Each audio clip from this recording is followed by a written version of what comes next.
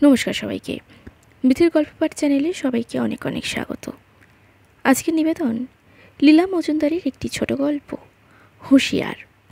তবে আজকের গল্প শুরু করার আগে আমার চ্যানেলে যারা নতুন তারা চ্যানেলটিকে অবশ্যই সাবস্ক্রাইব করে ভিডিওগুলিকে লাইক করে দেবেন, ভালো লাগলে বন্ধুদের সঙ্গে শেয়ার করবেন এবং পাশে থাকা বেল আইকনটি অবশ্যই ক্লিক করবেন। শুরু করছি আজকের নিবেদন। যখন সামনের লোকটার লোমওয়ালা ঘেমো ঘড়িটার দিকে আর চেয়ে থাকা অসম্ভব মনে হলো, চোখ দুটো ফিরিয়ে নিলাম। অমনি কার জানি একরাশি খোঁচা খোঁচা গোঁফ আমার ডান দিকের কানের ভিতরে ঢুকে গেল। চমকে গিয়ে ফিরে দেখি ভীষণ রোগা, ভীষণ লম্বা, ভীষণ কালো একটা লোক, গলা বন্ধ, কালো কোট পরে ঠিক আমার পেছনে দাঁড়িয়ে। তার পেছনে আরও অনেক লোক সার বেঁধে দাঁড়িয়ে থাকার জন্য কোনো পা জোড়া আর বুঝে নিতে আমার একটু সময় লাগলো। শেষটা টের পেলাম খুব সরু, খুব রোমলা, খুব কালো ঠ্যাং দুটো ওর, তার আবার একজোড়া দাঁত বের করা ছেঁড়া চটি পড়া আর ফুটো দিয়ে নোংরা বুড়ো আঙুল বেরিয়ে রয়েছে। এই লোকটার হাসি হাসি মুখ করে আস্তে আস্তে আমার কানের মধ্যে থেকে তার গোঁফটাকে সরিয়ে নিতে নিতে বলল, মানিব্যাগটা আর একটু খামচে ধরুন, যা চোরচামারের উপদ্রব। লোকটার কথাগুলো যেন কত দূর থেকে এলো, কীরকম একটা হালকা ফিসফিস আওয়াজ। তার চোখ দুটো যেন আর কিছুতেই গর্তের মধ্যে থাকছিল না, একেবারে বেরিয়ে এসে আমার মানিব্যাগের ভিতরে খোপের মধ্যে পড়ে যেতে চাচ্ছিল। সবাই একজনের পিছনে একজন দাঁড়িয়ে আস্তে আস্তে শিয়ালদা স্টেশনের ইন্টার ক্লাস টিকিট ঘরের দিকে এগোচ্ছিলাম, খুব সাবধানে, কারণ একটু এক পাশে সরলেই ধাক্কার চোটে লাইন থেকে বেরিয়ে পড়ার ভয়। অমনি করে যখন খাঁচার ভেতরে বেশ কালো কালো মেম সাহেবরা এসে পৌঁছালাম, তখন টের পাচ্ছিলাম পেছনে সেই লোকটার ফোঁস ফোঁস নিঃশ্বাস আর আস্তে আস্তে গুঁফ নাড়া। লোকটা দেখলাম আমাকে খুব ভালোবেসে ফেলেছে। মেম সাহেবকে যখন টাকা দিলাম, লোকটা ঝুঁকে ব্যাগের মধ্যে দেখতে দেখতে বলল, চেঞ্জ গুনে নেবেন, বেটিরা ভারী চ্যাঁচড়া। মেম রেগে এক গাল থেকে ও গালে চুইংগামটা ঠুসে দিয়ে বললে, চোপড়াও বাবু। তারপর লোকটা আমাকে সেই রকম যত্ন করে উপদেশ দিতে দিতেই প্ল্যাটফর্মের দিকে নিয়ে চলল।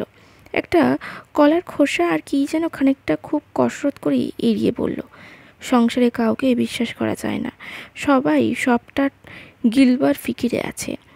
গেটের কাছেই চেকারবাবু চিকিট চিকিট করে টিকিট ছেঁটে দিলে তারপর আমার সঙ্গে সেও প্ল্যাটফর্মে ঢুকলো।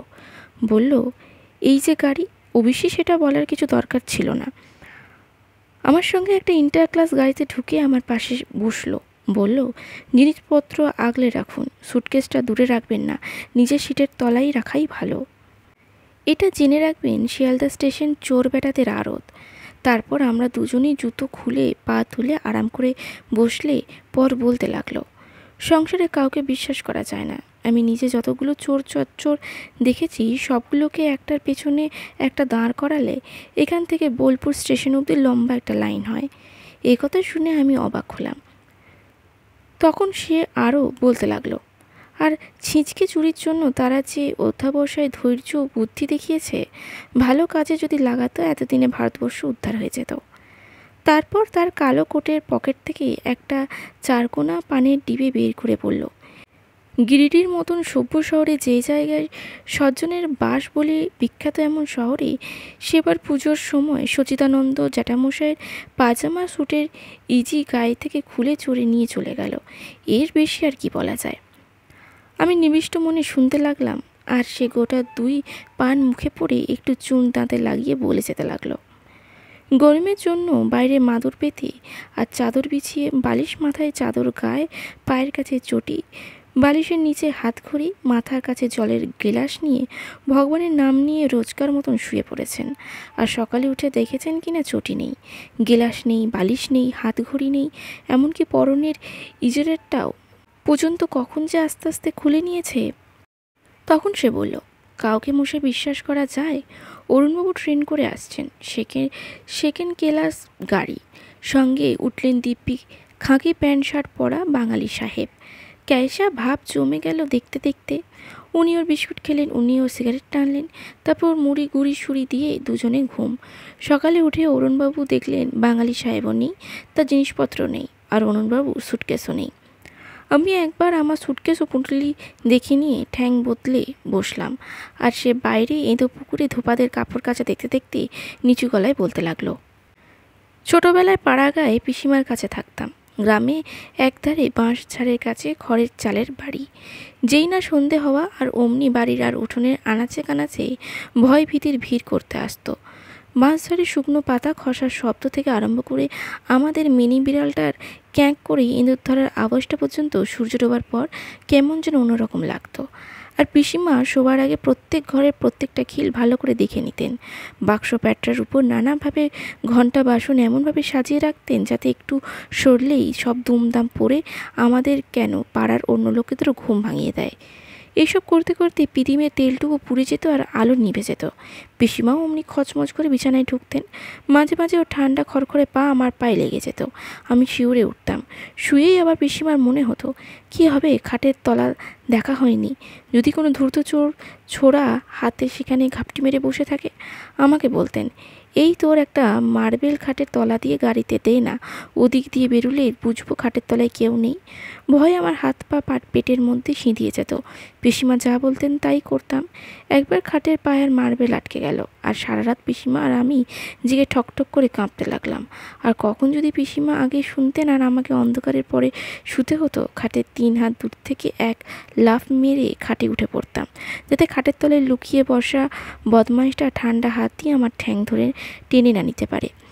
একদিন হিসেবে ভুল হওয়ায় পিসিমার পেটের উপর ল্যান্ড করেছিলাম, আর পিসিমা আমার কান টান মুলে বারবার বলতে লাগলেন যে উনি স্পষ্ট টের পেয়েছেন ওর নাড়িভুড়ি সব এলিয়ে গেছে। এতটা বলে লোকটা এবার আর চোখে আমার দিকে চেয়ে বলল, ছোটোবেলা থেকে অমনি আমার ট্রেনিং যে কোনো চোর আমার কাছ থেকে কানাকড়িও পাইনি। এই দেখুন নেটের তারা দিয়ে নির্বিঘ্নে আছি। এই অবধি বলি হঠাৎ সে এদিক ওদিক চেয়ে শটাং শুয়ে পড়ে নাক ঢাকতে লাগলো।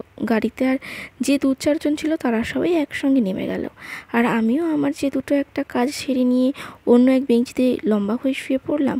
ও একটু পরেই ঘুমিয়ে পড়লাম। যখন ঘুম ভাঙলো তখন ভোর হয়ে এসেছে। চোখ ঘষে উঠে দেখি আমার সঙ্গীটি কখন জানি নেমে গেছে। তার কথা মনে উঠতেই তার যে চোরের ভয় করতেই বেজায় হাসি পেল। ঠিক এই সময় চোখে পড়ল বেঞ্চির তলায় আমার সুটকেস, পুঁটলি আর চটি কিচ্ছু নেই, আছে কেবল তার সেই দাঁত বের করা ছেঁড়া দুটি চটি। ভীষণ রাগ হলো। লণ্ডভণ্ড জোচ্চোট বক ধার্মিক কোথাকার। রাগের চোটে হঠাৎ নিজের ট্যাঙ্কের উপর হাত পড়ে গেল। ট্যাঙ্ক খুলে দেখলাম কাল রাত্রে লোকটা ঘুমিয়ে পড়ার পর তার বুক পকেট থেকে নেটের তারাটা সরিয়েছিলাম। আমার সুটকেস ইত্যাদি চুরি যেতে পারে, কিন্তু সেটি ঠিকই আছে।